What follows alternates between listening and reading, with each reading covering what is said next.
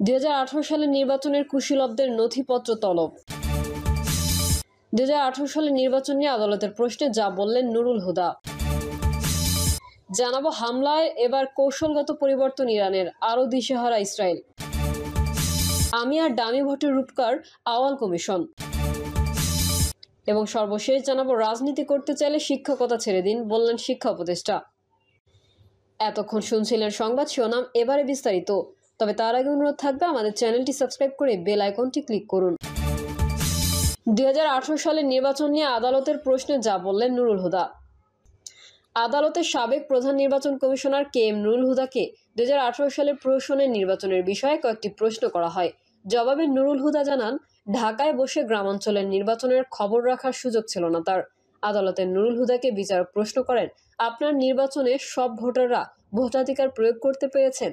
জবাবে নুরুল হুদা বলেন, 5টা লোক নিয়ে গঠিত নির্বাচন কমিশন, আর নির্বাচনের জন্য আরও 15 লাখ লোক নিয়োজিত থাকেন। রিটার্নিং কর্মকর্তা, প্রিসাইডিং অফিসার, পুলিশ, সেনাবাহিনী সবাই থাকে। তাদের সবার ওপর নির্বাচনের দায়িত্ব থাকে। ঢাকায় বসে প্রত্যন্ত অঞ্চলে নির্বাচনে কি হচ্ছে সবটা জানার সুযোগ নেই। তখন বিচারক বলেন, আপনি শপথ নিয়ে এই কথা বলতে পারেন না। বিচারক আবার প্রশ্ন করেন, যারা ভোট কারচুপি করেছিল তাদের বিরুদ্ধে ব্যবস্থা নিয়েছিলেন? জবাবে নুরুল হুদা বলেন, নির্বাচন হয়ে গেলে নির্বাচন কমিশনের হস্তক্ষেপের সুযোগ নেই, এরপর হাইকোর্ট ব্যবস্থা নেবে। প্রসঙ্গত, নির্বাচন কমিশন একটি স্বাধীন ও সাংবিধানিক প্রতিষ্ঠান হওয়া সত্ত্বেও গ্রেফতার আসামি KM নুরুল হুদা সহ অন্যান্য নির্বাচন কমিশনাররা 2018 সালের একাদশ জাতীয় সংসদ নির্বাচনে সম্পূর্ণভাবে জনগণকে তাদের ভোটের অধিকার থেকে বঞ্চিত করেন। সেই নির্বাচনী আচরণবিধি লঙ্ঘন করে আইনশৃঙ্খলা বাহিনী ও ভোট কেন্দ্রের দায়িত্বে নিয়োজিতদের মাধ্যমে দিনের ভোট রাতে করে ব্যালট বাক্স ভর্তি করা হয়। এরপর 30 ডিসেম্বর সকালে কিছু ভোট আওয়ামী লীগ ও এর অঙ্গ সংগঠনের ক্যাডারদের মাধ্যমে গ্রহণ করে আওয়ামী লীগের প্রার্থীদের বিজয়ী ঘোষণা করে তৎকালীন নির্বাচন কমিশন। বিএনপির 6 জন সংসদ সদস্যকে বিজয়ী ঘোষণা করে 2018 সালের একাদশ জাতীয় সংসদ নির্বাচন এভাবেই সম্পন্ন হয় নুরুল হুদার অধীনে। হামলায় এবার কৌশলগত পরিবর্তন ইরানের, আরও দিশেহারা ইসরায়েল। দখলদার ইসরায়েলে ক্ষেপণাস্ত্র হামলা পরিচালনায় কৌশলগতভাবে একটি উল্লেখযোগ্য পরিবর্তন এনেছে ইরান। সোমবার সকালে সর্বশেষ 21তম ক্ষেপণাস্ত্র হামলায় ইরানের ইসলামিক রেভলিউশনারি গার্ড কর্পস অধিকৃত অঞ্চলের একাধিক লক্ষ্যবস্তুতে একটি বিশাল সম্মিলিত ক্ষেপণাস্ত্র এবং ড্রোন হামলা চালিয়েছে। আনুষ্ঠানিক বিবৃতিতে বলা হয়, IRGC উত্তর থেকে দক্ষিণ ইসরায়েলের গুরুত্বপূর্ণ এলাকায় হামলা চালানোর জন্য আত্মঘাতী ড্রোন সহ কঠিন এবং তরল জ্বালানিযুক্ত ক্ষেপণাস্ত্রের সংমিশ্রণ ব্যবহার করেছে। আগের অভিযানগুলি মূলত তেল আবিব এবং হাইফাকে কেন্দ্র করে পরিচালিত করা হয়, তবে সর্বশেষ অভিযানে হামলার পরিধি বাড়ানো হয়েছে। অধিকৃত অঞ্চল জুড়ে একাধিক কৌশলগত এলাকায় আঘাত করা হয়েছে। প্রাথমিক প্রতিবেদনে ইঙ্গিত দেওয়া হয়েছে, হামলাগুলি উত্তর Haifa, Tel Aviv, Ashkelon, acre এবং আজদদকেও লক্ষ্য করে চালানো হয় এবং এসব স্থানে তা আঘাত হানে। সফেদ, লাচিস, বেইত শেআন, আশকেলন এবং আজদদে হামলার উল্লেখযোগ্য প্রভাব পড়েছে বলে জানা গেছে। ইসরায়েলি সূত্রগুলি এই আক্রমণকে সাম্প্রতিক স্মৃতিতে দীর্ঘতম একটানা বিমান হামলা হিসেবে বর্ণনা করেছে। এতে দীর্ঘ সময় দেশজুড়ে সাইরেন বাজতে থাকে, ফলে অধিকৃত অঞ্চলগুলিতে ব্যাপক আতঙ্ক এবং বিশৃঙ্খলা ছড়িয়ে পড়ে। সোমবার ইরানের সর্বশেষ হামলায় ইসরায়েলের দক্ষিণাঞ্চলের বেশ কয়েকটি এলাকায় বড় ধরনের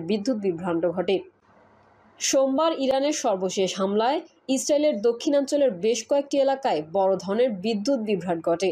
দেশের বিভিন্ন শহরে বিদ্যুৎ সরবরাহ ব্যাহত হয়, নাগরিকদের দুর্ভোগের মাত্রা বেড়ে যায়। দক্ষিণ ইসরায়েলের বেশ কয়েকটি এলাকা বিদ্যুৎ বিচ্ছিন্ন হয়ে পড়ে। টাইমস অব ইসরায়েলের প্রতিবেদনে বলা হয়েছে, ইসরায়েল ইলেকট্রিক কর্পোরেশন নিশ্চিত করেছে একটি ক্ষেপণাস্ত্র সরাসরি কৌশলগত অবকাঠামো স্থাপনার ওপর আঘাত হেনেছে। এই আঘাতের কারণে আশেপাশের শহরগুলোতে বিদ্যুৎ সরবরাহে বড় ধরনের ব্যাঘাত ঘটেছে। IEC থেকে জানানো হয়েছে, দ্রুত বিদ্যুৎ সরবরাহ পুনরুদ্ধারের জন্য তাদের টিমগুলো ঘটনাস্থলে পৌঁছে কাজ করছে। তারা অবকাঠামোর মেরামত এবং নিরাপত্তা ঝুঁকি অপসারণের জন্য নিরাপত্তা বাহিনীর সঙ্গে সমন্বয় করে কাজ করছে। হামলার সময় প্রায় 35 মিনিট ধরে সাইরেন বাজায়, যার ফলে নাগরিকদের দীর্ঘ সময় আশ্রয় কেন্দ্রে থাকতে হয়। ইসরায়েলের চ্যানেল 13 রিপোর্ট করে, যুদ্ধ শুরু হওয়ার পর থেকে এটি সবচেয়ে দীর্ঘ সময় তারা আশ্রয় কেন্দ্রে কাটিয়েছে। আমি ডামি ভোটের রূপকার আওয়াল কমিশন।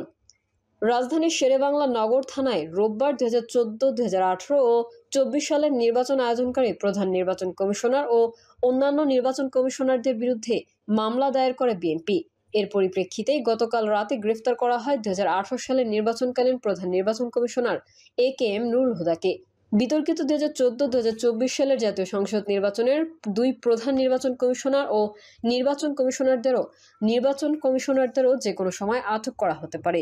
2024 সালে আওয়ামী লীগের দলীয় ও একই দলের স্বতন্ত্র প্রার্থীদের মধ্যে নির্বাচন আয়োজন করে ডামি আমি ভোট উপাধি পায় কাজী হাবিবুল আওয়াল কমিশন। এই কমিশনারের বেশিরভাগ কার্যক্রম নিয়ে হয়েছিল চরম বিতর্ক। ওই নির্বাচনে ভোটের হার নিয়েও বড় ধরনের বিতর্ক হয়। ভোটের দিন বেলা 3টা পর্যন্ত 27.15% ভোট পড়ে বলে জানানো হলেও 1 ঘন্টার ব্যবধানে ভোট পড়ার হার বাড়িয়ে 40% দেখানো হয়। অবশ্য ভোটের হার ঘোষণার সময় সিইসি কাজী হাবিবুল আওয়াল প্রথমে 28% ভোট পড়ার কথা বলে পরে তা সংশোধন করে 40%-এর কথা বলেন। ছাত্র জনতার অভ্যুত্থানে শেখ হাসিনা সরকারের পতনের পর চুপসে যায় হাবিবুল আওয়াল কমিশন। নতুন সরকারের সঙ্গে সাক্ষাতের চেষ্টা করেও তারা সাড়া পায়নি। পরে গণমাধ্যমে একটি খোলা চিঠি লেখেন সিইসি হাবিবুল আওয়াল। তাতেও সাড়া না মিললে 5ই সেপ্টেম্বর সিইসি সহ অন্য কমিশনাররা পদত্যাগ করেন। এরপর থেকেই সিইসি হাবিবুল আওয়াল লোকচক্ষুর আড়ালে চলে যান। ওই কমিশনের নির্বাচন কমিশনার ছিলেন ব্রিগেডিয়ার জেনারেল আহসান হাবিব খান, মোহাম্মদ আলমগীর রাশেদা সুলতানা ও মোহাম্মদ আনিসুর রহমান। এই কমিশনের সবাই একটি দলের পক্ষে কাজ করেন এবং দলদাস হিসেবে বহির্ভূত হন। তাদের কারো কারো আচরণ ছিল দলীয় ক্যাডারের মতো। রাজনীতি করতে চাইলে শিক্ষকতা ছেড়ে দিন, বললেন শিক্ষা উপদেষ্টা। শিক্ষকদের উদ্দেশ্যে অন্তর্বর্তী সরকারের শিক্ষা উপদেষ্টা অধ্যাপক ডক্টর চৌধুরী রফিকুল আরব্রার বলেছেন, রাজনীতি করতে চাইলে শিক্ষকতা ছেড়ে দিন। পঙ্কিল রাজনীতি বিশ্ববিদ্যালয় ক্যাম্পাসে চলবে না। শিক্ষকদের উদ্দেশ্যে শিক্ষা উপদেষ্টা বলেন, কেউ যদি মনে করেন আপনি রাজনীতি করবেন, অবশ্যই আপনি রাজনীতি অঙ্গনে চলে যান। বিশ্ববিদ্যালয় শিক্ষকতা আপনি ছেড়ে দিন, কারণ রাজনীতিতে ভালো যোগ্য লোকের দরকার আছে, সেখানেও আপনি সম্মান পাবেন। কিন্তু পঙ্কিল রাজনীতি আপনি বিশ্ববিদ্যালয় চত্বরে আনবেন না। এই হচ্ছে আমাদের আহ্বান। আমি দৃঢ়ভাবে বিশ্বাস করি সামনের দিনগুলো রাজনৈতিক সরকার আসবে, তারা বিষয়গুলোকে বিবেচনায় আনবেন। তিনি আরো বলেন, আপনার রাজনৈতিক বিশ্বাস থাকতে পারে, কিন্তু সেই রাজনৈতিক বিশ্বাসের পর্যায়ে থাকবে। তবে আপনি ওই রাজনীতি বিশ্ববিদ্যালয়ের চৌহদ্দির মধ্যে আনবেন না। ক্যাম্পাসে আপনি শুধু শিক্ষার্থীদের প্রতি দায়িত্ব পালন করবেন। প্রিয় দর্শক, এই ছিল এখনকার সর্বশেষ সংবাদ।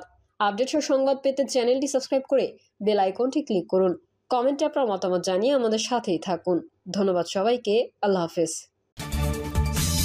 2018 সালের নির্বাচনের কুশীলবদের নথিপত্র তলব। 2018 সালে একাদশ সংসদ নির্বাচনে ভোট কারচুপির সঙ্গে জড়িত ব্যক্তিদের তথ্য পেতে নির্বাচন কমিশনের চিঠি দিয়ে দিয়েছে দুর্নীতি দমন কমিশন। দুদকের মহাপরিচালক মোহাম্মদ আক্তার হোসেন বিষয়টি নিশ্চিত করে বলেন, 2018 সালে জাতীয় নির্বাচনে অভিযোগ সংশ্লিষ্ট কর্মকর্তাদের তথ্য পেতে নির্বাচন কমিশনে চিঠি দেওয়া হয়েছে। এর মধ্যে বেশ কিছু কর্মকর্তার নথিপত্র এসেছে। এরপরে অভিযোগ সংশ্লিষ্টদের জিজ্ঞাসাবাদ করা হবে।